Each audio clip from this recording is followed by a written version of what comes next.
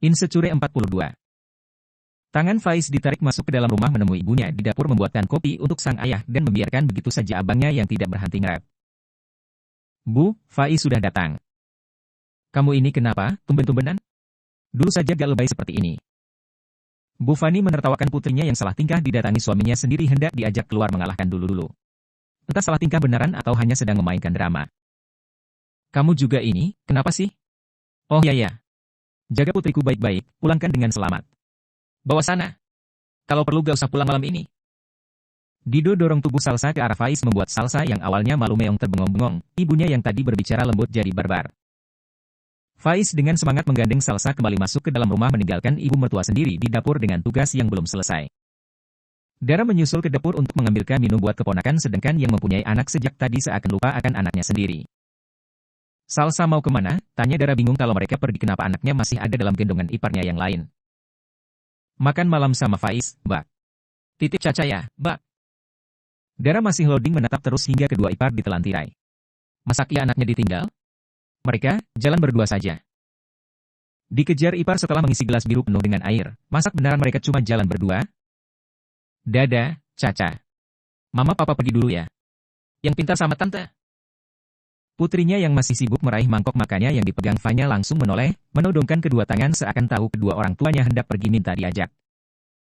Eits, no. Ikut tante. Nanti minta om belikan es krim, tolak Faiz cengengesan, menolak mengajak putrinya. Gagal dong dinner berdua. Masak dinner romantis harus ngomong anak? Yang ada salah satu dari mereka jadi obat nyamuk antara anak dan orang tua. Tidak bisa, acara makan malamnya yang sudah ia susun rapi tidak boleh gagal. Dada Mbak Fanya, Mas Aris. Titip Caca. Kalian, mau kemana? Aris langsung loncat lagi dari kursi mendekat penasaran tidak biasanya, hendak bertanya yang sama seperti dilontarkan Fanya sudah lebih dulu tangan diraih Faiz diajak berjabat tangan lantas diletakkan di kening lagi. Pinjam Salsa sebentar, Mas. Makan malam. Besok pagi kita sudah pulang. Bio. Kira-kira lah, Is. Bawa anak orang sampai pagi. Layo biarin tuh, Riz. Yang dibawa istrinya sendiri, kelakar Pak Hamdi keluar dari kamar. Iya ya, weo kempret. Faiz cekikan berhasil mengerjai ipar membuat kakak dari sahabatnya mengumpat kesal sembari mengikuti Salsa yang hendak mencium telapak tangan mertua. Masih saja diikuti adiknya seperti biasa sampai di depan pintu mengantar Salsa dibawa pergi sahabatnya. Jangan sampai lecet. Helmnya, teriaknya melihat Faiz memasangkan helm di kepala Salsa. Sama seperti dulu, mengingatkan pemandangan 2 tahun silam saat Faiz belum menjadi ipar. Syukurlah Faiz sampai sekarang masih menjaga baik adik satu-satunya setelah kejadian kemarin. Hatinya tenang Salsa jatuh di pria yang tepat. Keluarganya kembali utuh dan damai semoga cukup kemarin cobaan yang menguras air mata. Biarlah, adiknya bahagia bersama sahabatnya selamanya, jangan lagi rapuh seperti dulu. Cukup sekali. Salsa melambaikan tangan ke kakaknya yang menatapnya dalam tersenyum. Caca, ikut tante yuk, beli mamam, diambil alih Caca dari gendongan bapak mertua hendak mengajak bayi kecil ini jalan-jalan malam. Mau kemana, Riz? Dara mau belikan baju Caca, Bu. Dara tersenyum ke arah mertua secara tidak langsung meminta izin keluar sebentar. Ya sudah, hati-hati di jalan. Pulangnya jangan malam-malam. Adiknya yang sedang berkirim pesan di kamar mendengar abangnya berpamitan langsung buru-buru keluar kamar jangan sampai terlambat. Kalian, mau kemana? Kok semua keluar? Aku ditinggal sendirian. Lebay. Ibu sama ayah saja di rumah, sentak Aris mengacak kerudung adik perempuannya yang merengek tidak mau ditinggal. Belikan martabak sama donat, rengek Fanya berkaca-kaca ke abang lelaki. Entah kenapa jadi melo gini. Mungkin sudah terlalu lama ia dikurung di rumah semenjak menjadi ibu. Melihat semua saudaranya pergi bersama pasangannya sedangkan ia? Bim, pesannya disertai 3 emot sedih. Tidak dihiraukan 3 pesan yang baru ia terima dari 2 nomor yang berbeda, hatinya sedang tidak baik-baik saja. Dalam hitungan beberapa detik panggilan masuk tak bersua menggetarkan tangan tapi langsung dimatikan membuat resah orang yang di seberang sana. Iya, nanti Mas Aris belikan. Jangan sedih. Besok kalau Aska sudah agak besar, Mas Aris ajak jalan.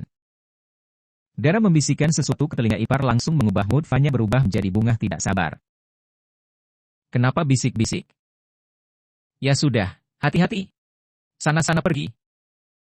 Didorong tubuh Aris bengong menatap keduanya bergantian, saling memainkan mata. Entah apa pula yang dibisikkan bidadarinya tersebut. Loh, Bim. Ada apa? Fanya? Fanya lagi sedih kah, Bu? Tadi dia mengirim pesan menangis, saya telepon tidak diangkat. Saya khawatir Fanya kenapa-napa. Bu Fani semakin tambah bingung membaca pesan putrinya di gawai mantan menantu. Kenapa putrinya memberi pesan menangis begitu? Bukankah putrinya baik-baik saja sejak tadi humornya pecah tidak henti? Itu saja tawanya terdengar melengking sampai ruang tamu. Entah apa yang ditertawakan, sepertinya justru hatinya saat ini lagi berbunga-bunga. Namun, tidak lama konsentrasi beliau pindah ke punggung telapak tangan pemuda di depannya tergores merah mengeluarkan darah yang merembes. Tangannya kena apa? Habis jatuh, cerca beliau khawatir, jangan sampai gara-gara pesan putrinya anak orang celaka. Oh ini, iya Bu. Tadi Bima jatuh saat mau keluar perumahan. Gara-gara Blank Bima harusnya belok justru masih saja lurus menabrak dinding pagar, jawab Bima polos tanpa merasa berdosa, pikirannya masih belum jernih. Sampai-sampai tawa kekasihnya lewat begitu saja tidak dihiraukan dan tidak dikenali. Semua gelap. Bu Fani menahan tawa mendengar penuturannya tapi kasihan, memang keterlaluan ini anak. Fanya. Kamu apakan anak orang, panggil beliau kesal. Si tersangka berhenti ketawa mendengar jenaka ayah sambungnya mengomentari rambut putranya yang sedikit ikal turunan dari Pak Darmawan. Itu, dipanggil ibumu. Iya, iya. Ditinggalkan putranya bersama kakek anak lelakinya untuk mendatangi panggilan penguasa rumah yang sepertinya sedang menahan amarah kepada dirinya, entah dia melakukan kesalahan apa lagi. Baru 2 jam lalu kena marah masak harus dimarahi lagi? Iya, Bu. Fanya salah apa lagi? Perasaan Fanya. Bima? Sini kamu, duduk. Masih tanya kesalahan kamu apa? Kenapa kamu SMS Bima seperti itu? SMS? Tidak dipedulikan telinga kanannya yang terbungkus kerudung ditarik sang ibu agar ikut duduk di samping beliau meringis kesakitan menatap bingung kekasih hati melihatnya khawatir. Ada apa, Fen? Hah? Ada apa? Gak ada apa-apa? Kamu sedih kenapa?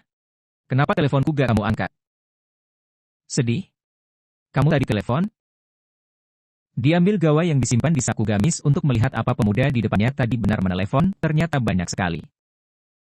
Dari pria yang lain juga banyak sekali pesan yang menumpuk.